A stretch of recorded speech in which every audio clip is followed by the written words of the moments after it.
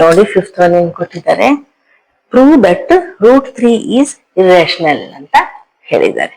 ಇದೇ ರೀತಿ ಮುಂಚೆ ಕೂಡ ಮಾಡಿದ್ದೀವಿ. ಈಗ ಎಕ್ಸಾಂಪಲ್ಸ್ ಅಲ್ಲಿ ಮತ್ತೆ ಕೊಟ್ಟಿದ್ದಾರೆ, ಇಂಟ್ರೊಡಕ್ಷನ್ ಅಲ್ಲಿ ಕೂಡ ಮಾಡಿ ಹೇಳಿದ್ದೀನಿ. ಈಗ ಮತ್ತೆ ಮಾಡೋಣ. ನೋಡಿ ಈ ರೀತಿ ಕೊಟ್ಟಾಗ ಫಸ್ಟ್ ಏನ್ ಮಾಡ್ಬೇಕು, ನಾವು ಲೆಟ್ ಮಾಡ್ಕೋಬೇಕು. ಏನಂತ, let root 3 is a irrational ಅಂದ್ರೆ ನಾವು ರಿವರ್ಸ್ ಲೆಟ್ ಮಾಡ್ಕೋಬೇಕು. ಓಕೆ, ಇದು ರೂಟ್ 3 ನ ರೇಷನಲ್ ನಂಬರ್ ಅಂತ ನಾವು ಲೆಟ್ ಮಾಡ್ಕೊಂಡಿದೀವಿ. ಈಗ ರೇಷನಲ್ ನಂಬರ್ ಆದ್ರೆ ಯಾವ ಫಾರ್ಮ್ ಅಲ್ಲಿ ಇರುತ್ತೆ, ಪಿ ಬೈ ಕ್ಯೂ ಫಾರ್ಮ್ ಅಲ್ಲಿ ಇರುತ್ತಲ್ವಾ, ಈ ಫಾರ್ಮ್ ಅಲ್ಲಿ ಇರುತ್ತಲ್ವಾ. ಸೊ ಅದನ್ನೇ ಬರೆಯೋಣ. Where a and b are coprimes. Coprimes ಅಂದ್ರೆ ಗೊತ್ತಲ್ವಾ, ಎಚ್ ಸಿ ಎಫ್ ಇದ್ರದ್ದು 1 ಬರುತ್ತೆ. ಈ ಎರಡು number H C F common factor ಏನು ಬರುತ್ತೆ, ಓನ್ಲಿ 1 ಅಂತ ಬರುತ್ತೆ, ಬೇರೆ ಯಾವ ನಂಬರ್ಸ್ ಬರಲ್ಲ. ಅಂತ ನಂಬರ್ಸ್ ನಾವು ಕೋಪ್ರೈಮ್ಸ್ ಅಂತ ಕರಿತೀವಿ. So coprimes and b is not equal to 0 ಅಲ್ವಾ. ಬಿ ಬಿ ಪ್ಲಸ್ ಅಲ್ಲಿ 0 ಇರಬಾರ್ದು, ಇದ್ರೆ ಅದು ನಾಟ್ ಡಿಫೈನ್ಡ್ ಅಂತ ಹೇಳ್ತೀವಿ. ಸೊ ಆಯ್ತಾ, ಈಗ ಕ್ರಾಸ್ ಮಲ್ಟಿಪ್ಲಿಕೇಶನ್ ಮಾಡೋಣ. ಏನ್ ಬರುತ್ತೆ, root 3 b is equals to a ಆಯ್ತು ಅಲ್ವಾ.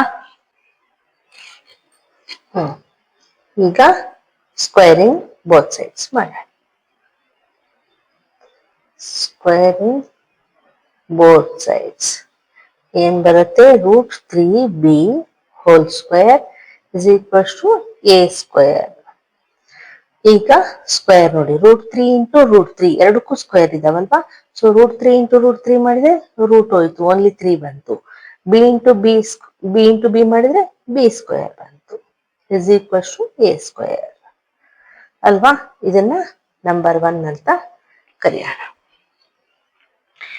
ಈಗ ನೋಡಿ, ನಾವು ಥಿಯರಮ್ 1.2 ನಲ್ಲಿ ಏನ್ ಹೇಳಿದ್ದೀವಿ, ಇಫ್ 3 ಡಿವೈಡ್ಸ್ ಎ ಸ್ಕ್ವೇರ್ ಓದಿದೀವಲ್ವಾ. If 3 divides a square, then 3 divides a ಅಂತ ಅಲ್ವಾ. ಸೊ ಬರೆಯೋಣ ಇಲ್ಲಿ ಬೈ ಥಿಯರಮ್ 1.2 ಅಂತ. ಓಕೆ, ಅಂದ್ರೆ ಬಿ ಯಾವುದೇ ನ್ಯಾಚುರಲ್ ನಂಬರ್ ಇರ್ಬೋದು, ಬಿ 2 ಇರ್ಬೋದು, 1 ಇರ್ಬೋದು. ಓಕೆ, ಯಾವುದೇ ನ್ಯಾಚುರಲ್ ನಂಬರ್ ಇದ್ರೆ 3 ಡಿವೈಡ್ ಆಗತ್ತೆ ಅಂತ ಅರ್ಥ. 3 divides a square, then 3 divides a also ಅಂತ. ಈಗ ನೋಡಿ ಇನ್ನೊಂದು ನಂಬರ್ ತಗೊಳ್ಳೋಣ, 3c is equals to a ಅಂತ. Where c is any positive number or integer. Okay, ಈಗ ಇಲ್ಲಿನೂ ಸ್ಕ್ವೇರಿಂಗ್ ಬೋತ್ ಸೈಡ್ಸ್ ಮಾಡೋಣ. ಏನಾಗತ್ತೆ, 3c whole square is equals to a square ಅಲ್ವಾ. ಈಗ ನೋಡಿ 3 ಸ್ಕ್ವೇರ್ 3ಗೂ ಇದೆ ಸಿಗೂ ಇದೆ ಅಲ್ವಾ. ಸೊ 3 ಸ್ಕ್ವೇರ್ ಅಂದ್ರೆ ಏನಾಯ್ತು, 9 ಆಯ್ತು. C square is equals to, ಇಲ್ಲಿ ಎ ಸ್ಕ್ವೇರ್ ಇದೆ ಅಲ್ವಾ, ನಾನು ಎ ಸ್ಕ್ವೇರ್ ಬರೆಯಲ್ಲ. ಇಲ್ಲಿ ಏನಿದೆ, A square is equals to 3b square ಇದೆ ಅಲ್ವಾ. ಎ ಸ್ಕ್ವೇರ್ ಬರೆಯೋದು ಒಂದೇ, 3b ಸ್ಕ್ವೇರ್ ಬರೆಯೋದು ಒಂದೇ. ಸೊ 3b ಸ್ಕ್ವೇರ್ ಅಂತ ಬರೀತೀನಿ. ಓಕೆ, ಈಗ ನೋಡಿ ಈ 3 ನ ಈಕ್ವಲ್ಸ್ ಟು ಈ ಕಡೆ ತಗೊಂಡ್ರೆ ಏನಾಗುತ್ತೆ, ಡಿವೈಡ್ ಆಗತ್ತೆ. ಸೊ ನೋಡಿ 9c ಸ್ಕ್ವೇರ್ ಅಪಾನ್ 3, ಈ 3 ನ ಈಕ್ವಲ್ಸ್ ಟು ಈ ಕಡೆ ತಗೊಂಡೆ, is equals to B square. Cancel ಆಗತ್ತಲ್ವಾ, 3 1 ಜಾ 3 3 ಜಾ. ಸೊ ಏನ್ ಉಳಿತು, 3c square is equals to B square. ನೋಡಿ ಇಲ್ಲಿ 1 ಅಂತ ಮಾಡಿದ್ವಿ, ಇದನ್ನ 2 ಅಂತ ಇಟ್ಕೊಳ್ಳಿ.